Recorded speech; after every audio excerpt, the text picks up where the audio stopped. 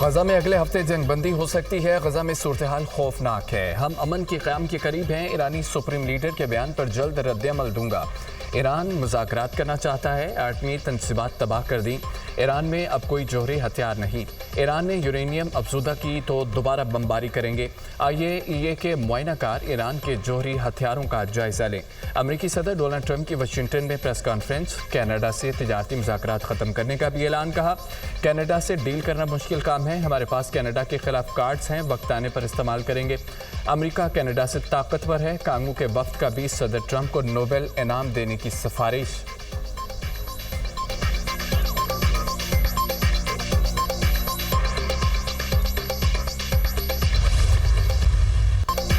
جنگ بندی پر صدر ٹرمپ کی پاک بھارت قیادت کی تعریف۔ بھارت اور پاکستان کا معاملہ حل کرنے پر بہت خوشی ہے۔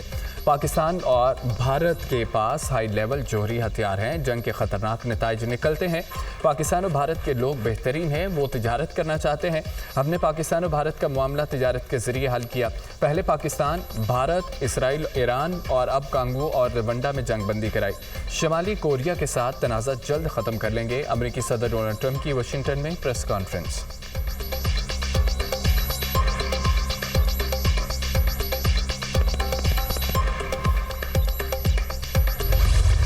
بھارت کی رسوائی پاکستان کی عالمی سطح پر بڑی کامیابی۔ سنتاس معاہدے پر ثالثی عدالت نے پاکستان کے موقف کی حمایت کر دی۔ ثالثی عدالت نے سنتاس معاہدے پر بھارتی دلیل مسترد کر دی۔ بھارت کا معاہدے کو یک طرفہ معطل کرنا غلط اقدام قرار۔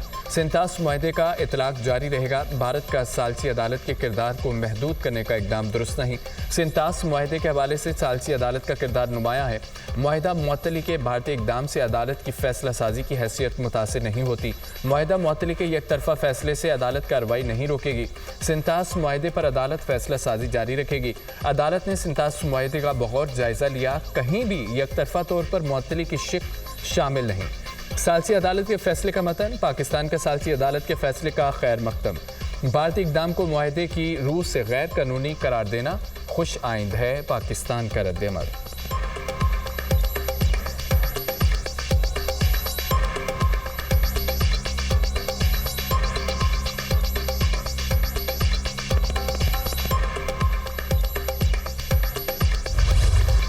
تحریک انصاف مخصوص نشستوں سے محروم۔ مخصوص نشستیں مسلم لیگ نون، پیپلز پارٹی، JUI و دیگر جماعتوں کو ملیں گی۔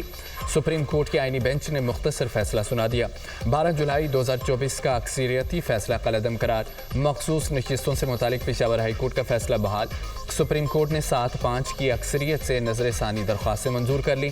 جسٹس جمال مندوخیل کا 39 نشستیں PTI کو دینے کا فیصلہ برقرار۔ جسٹس محمد علی مظہر اور جسٹس حسن اظہر رضوی کی الیکشن کمیشن کو اثر نوٹ جائزہ لینے کی ہدایت۔ 80 امیدواروں کی نامزدگی کا اثر نوٹ جائزہ لیا جائے۔ دونوں ججوں کی ہدایت۔ مختصر فیصلہ آئینی بینچ کے سربراہ جسٹس امین الدین خان نے پڑھ کر سنایا۔ تفصیلی وجوہات بعد میں جاری کی جائیں گی۔ آئینی بینچ سپریم کورٹ کا فیصلہ۔ جسٹس جمال مندوخیل، جسٹس محمد علی مظہر، جسٹس حسن اظہر رضوی نے فیصلے سے اختلاف کیا۔ مخصوص نشستوں کے کیس کا 4 صفحات پر مشتمل تحریری حکم نامہ جاری۔ الیکشن کمیشن کو 15 دن میں فیصلہ کرنے کی ہدایت۔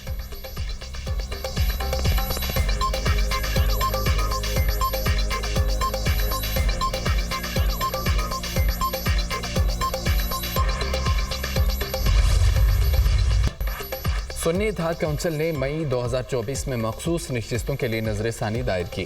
سپریم کورٹ کے 13 رکنی فل کورٹ نے 12 جولائی 2024 کو 8 ججز کی اکثریت سے نشستیں PTI کو دیں۔ جولائی 2024 میں مسلم لیگ نون، پیپلز پارٹی اور اگست میں الیکشن کمیشن نے نظر ثانی درخواستیں دائر کی۔ سپریم کورٹ کے 13 رکنی آئینی بینچ میں 6 مئی کو نظر ثانی درخواستیں سماعت کے لیے مقرر کی۔ آئینی بینچ سے جسٹس عائشہ ملک اور جسٹس عقیل عباسی 6 مئی کو درخواستیں مسترد کر کے الگ ہو گئے۔ آج 17ویں سماعت پر جسٹس صلاح الدین پنور نے خود کو بینچ سے الگ کر لیا۔ عوام کا عدلیہ پر اعتماد لازم ہے۔ ضروری ہے کسی فریق کا بینچ پر اعتراض نہ ہو۔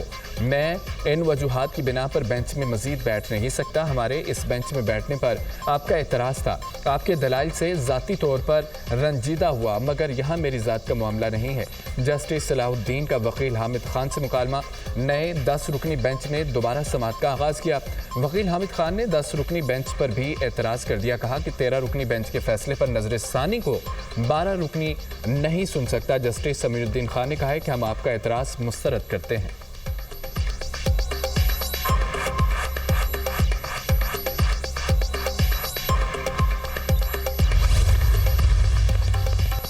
وزیراعظم کا مخصوص نشستوں پر سپریم کورٹ کے آئینی بینچ کے فیصلے کا خیر مقدم۔ قانونی ٹیم کو مبارکباد اور انتھک محنت پر پذیرائی۔ کہا کہ فیصلے سے آئین و قانون کی بالادستی قائم ہوئی اور قانون کی درست تشریح ہوئی۔ اپوزیشن کو چاہیے وہ آئیں، حکومت کے ساتھ مل کر ملک کی ترقی و خوشحالی کے لیے اپنا مثبت کردار ادا کریں۔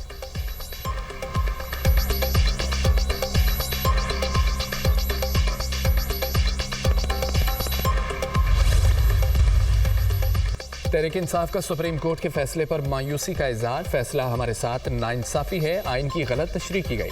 یہ نشستیں تحریک انصاف کی تھیں، ہمیں ہمارے حق سے محروم کیا گیا۔ نظر ثانی فیصلے کے بعد کسی اور عدالت میں نہیں جا سکتے۔ فیصلے کے خلاف اسمبلی اور عوامی سطح پر احتجاج کریں گے۔ Chairman P T I barrister Gohar Ali Khan کا اعلان۔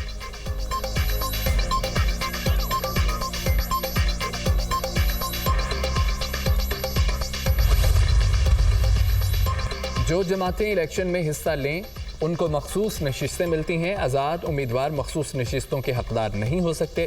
قانونی اور آئینی پوزیشن یہی ہے۔ وزیر قانون اعظم نذیر طارق کا رد عمل۔ آئینی بینچ نے فیصلے میں صحیح تشریح کی ہے۔ جس جماعت نے الیکشن نہیں لڑا وہ کیسے مخصوص نشستیں حاصل کر سکتی تھیں؟ تحریک انصاف والوں نے احتجاج کرنا ہے تو کریں۔ مخصوص نشستوں کے بعد نون لیگ اکثریت کے قریب پہنچ جائے گی۔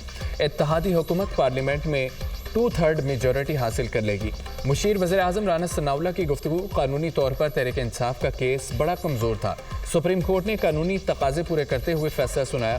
ساری سیٹیں مسلم لیگ نون اور پیپلز پارٹی کو مل جائیں گی، سینیٹر فیصل واؤڈا کا بیان۔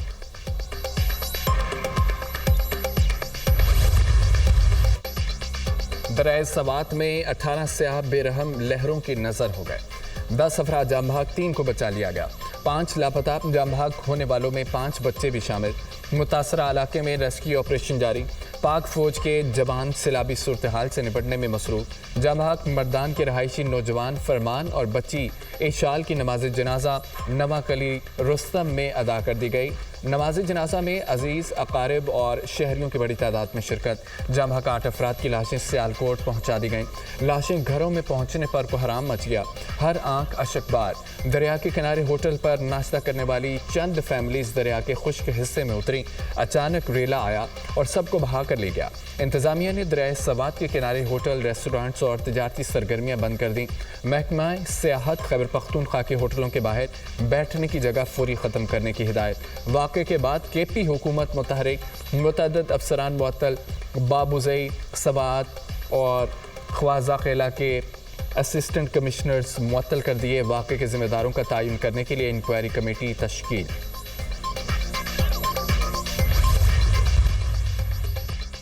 ملک بھر میں مانسون کا اسپیل، کئی شہروں میں بارش۔ کراچی کے مختلف علاقوں میں بادل برسے۔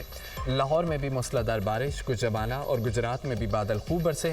نشیبی علاقے زیر آب، رحیم یار خان، بہاولپور، لیاقت پور اور خانپور میں موسلادھار بارش۔ میرپور، ماتھیلو اور ڈیڑھ کی اوباڑوں میں مٹی کے طوفان کے ساتھ بارش۔ کلات شہر اور گردنواں میں بھی بادل برسے۔ پتوکی میں بارش کے باعث دیوار گر گئی، 2 بچے جاں بحق، 1 زخمی۔ عمرکوٹ میں آسمانی بجلی گرنے سے لڑکی دم توڑ گئی۔ تھرپارکر میں آسمانی بجلی گرنے سے خاتون جاں بحق۔ این ڈی ایم اے کا پنجاب، خیبر پختونخوا اور سندھ کے بیشتر علاقوں میں آندھی کے ساتھ موسلادھار بارش کا الرٹ جاری۔ شہری علاقوں میں اربن فلڈنگ اور پہاڑی علاقوں میں لینڈ سلائیڈنگ کا امکان۔